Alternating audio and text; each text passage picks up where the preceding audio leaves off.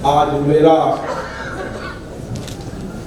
और सभी कोडरता हाड़ौती संभाग राजस्थान के सभी लोगों का सौभाग्य है कि आचार्य जिनेश्वरी जी का सहस्त्राब्दी वर्ष का आगाज आज इस औद्योगिक नगरी से श्रेष्ठी नगरी से हुआ है, जो आध्यात्मिक की नगरी है। और विशेष रूप से हमारे बीच में आचार्य श्री पीयूष सागर जी महाराज और साधु संतों के संग की मौजूदगी में हुआ है। मैं निश्चित रूप से कह सकता हूं कि 1008 वर्ष पूर्व आचार्य जिनेश्वरी जी ने जो कर्तव्यचार्य समाज की स्थापना की थी, हजारों साधु संत साधियों ने देश के अलग अलग क्षेत्रों के अंदर जाकर, गांव ढाणी में जाकर और भगवान महावीर के संदेश विचारों को, उनके सिद्धांतों को देश और दुनिया में पहुंचाने का काम किया। उसमें कर्तव्य समाज का भी बहुत बड़ा योगदान है।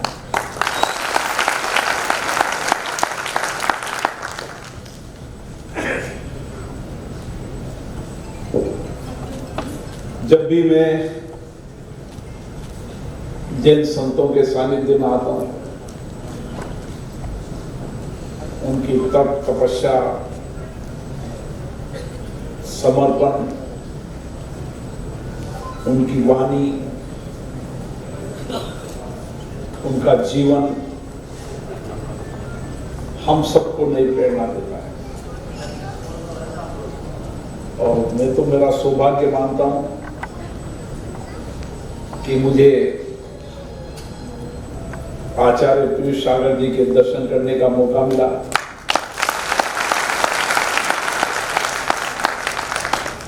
मैं दानबाड़ी भी गया था, वहां भी आपका दर्शन करने का मुझे मौका मिला। और मैंने उस समय भी कहा था कि चाहे कितनी भी व्यवस्था हो, मेरे लिए राजनीतिक व्यवस्था से ज्यादा आध्यात्मिक और आपके दर्शन करने का सौभाग्य मिलती है। और ये सौभाग्य समाज के लोगों ने दिया।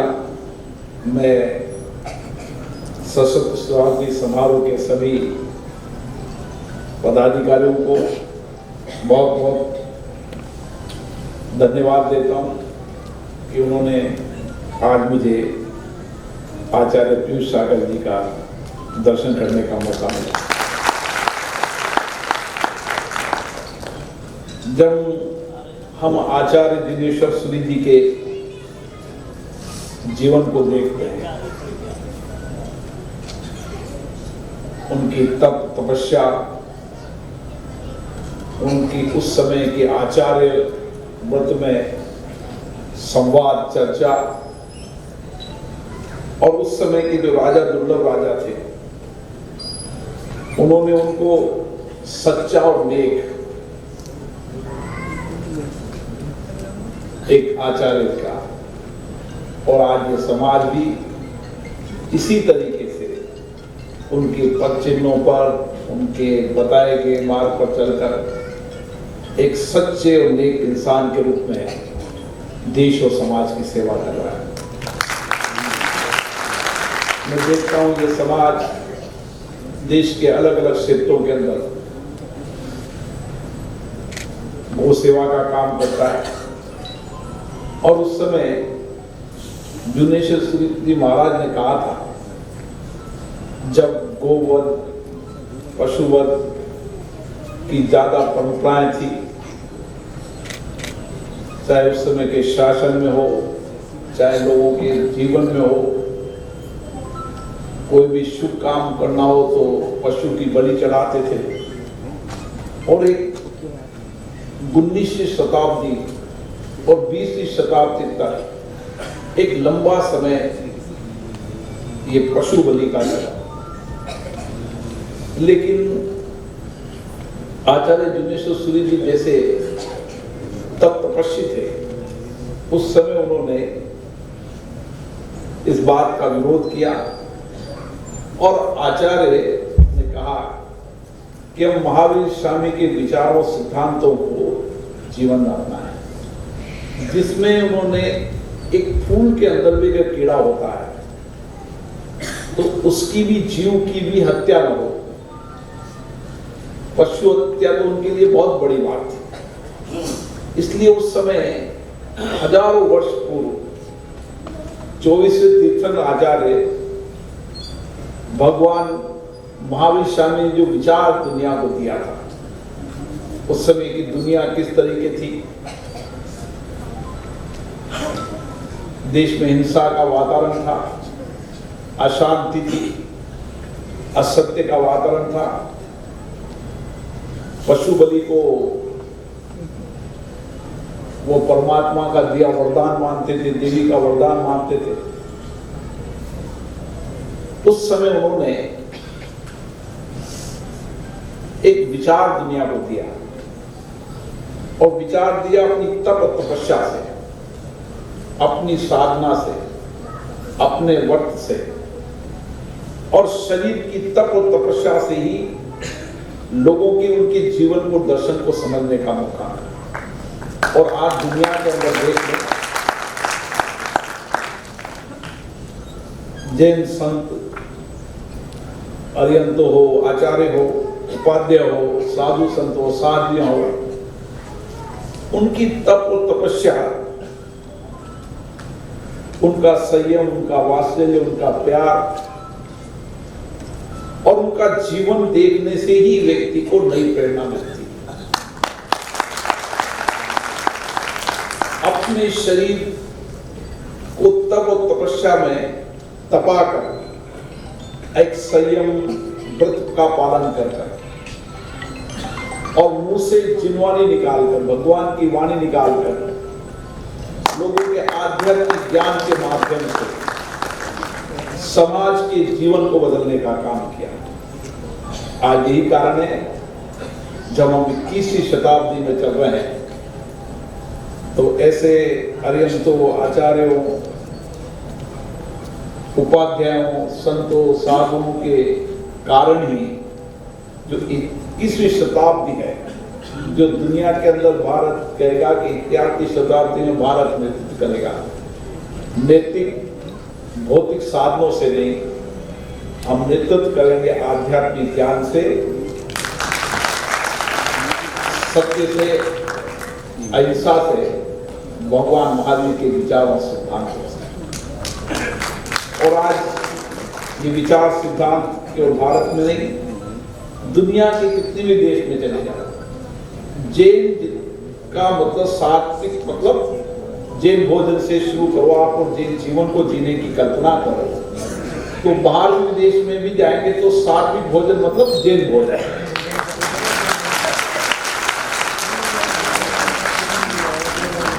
अहिंसा मतलब भगवान महावीर का विचार, सत्य मतलब भगवान महावीर का विचार, अपरिग्रह, जो कुछ भी है समाज के लिए आज दिशा पड़ती है। हमने कोरोना जैसी आपदा की स्थिति के अंदर देखा, दुनिया के बड़े देश, विकसित देश, भौतिक संसाधनों से, इंफ्रास्ट्रक्चर से हमसे बड़े थे, लेकिन हमारी सामूहिक शक्ति, हमारी आध्यात्मिक शक्ति, हमारा अपरिग्रह का विचार, जिसके कारण संपूर्ण समाज में जिसने भी जहाँ अभाव, वंचित, गरीब व्यक्तियों को देखा, अपना समर्पण किया, धन का समर्पण किया, सेवा का समर्पण किया, जिसके पास जो बनता था उस आपदा की स्थिति में किया। ये विचार आखिर किसने दिए? ये विचार दिए भगवान महावीर ने। और दुनिया के अंदर जो विश्व के अंदर भयंकर प्रतिशोध की भावना होती है, उस समय भी भगवान महावीर के विचार उस दुनिया को, देशों को एक नया दिशा देने का काम करता। और इसीलिए मुझे तो जब भी मौका मिलता है, मेरी कोशिश रहती, मेरा प्रयास होता है कि मैं आचार्यों का दर्शन करूं, साधु संतों का दर्शन करूं,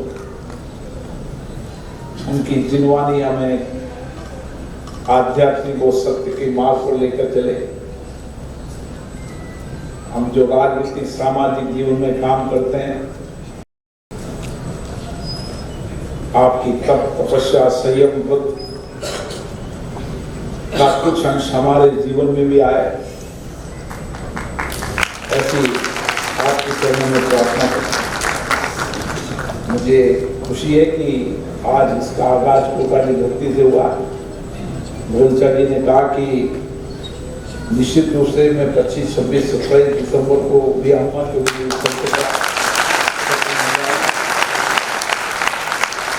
लेकिन मुझे एक पीड़ा रहती है कि कुछ क्षण मौका मिले जब आचार्यों को सुनने का मौका। मैं जैन समाज में जाता हूँ तो स्वागत समारोह, तिलक तिलक माला, इसमें बहुत समय लगता है। उस समय मेरा मन बहुत कष्ट होता है। हम आते हैं आचार्य के दर्शन करने, उनकी जिनवानी को सुनने। तो मैं जैन समाज से हमेशा कहता हूँ कि इस स्वागत समारोह के समूह को त्याग कर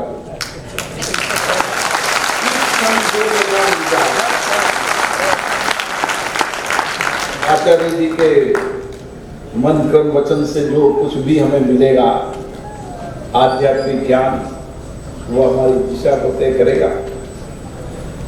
मैं पुनः आचार्य पीयूष सागर जी के चरणों में सशक्त नमन करता हूँ, वंदन करता हूँ।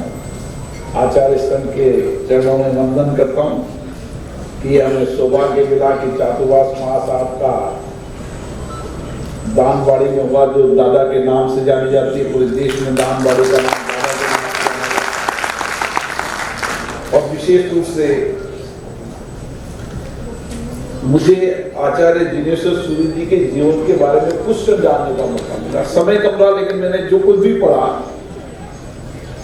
आप उनके जीवन दर्शन, उनके विचार, उनका आध्यात्मिक ज्ञान, उस समय उनकी तप तपस्या, उनका जीवन किस तरीके से उन्होंने संपूर्ण जीवन को समाज को समर्पित कर दिया।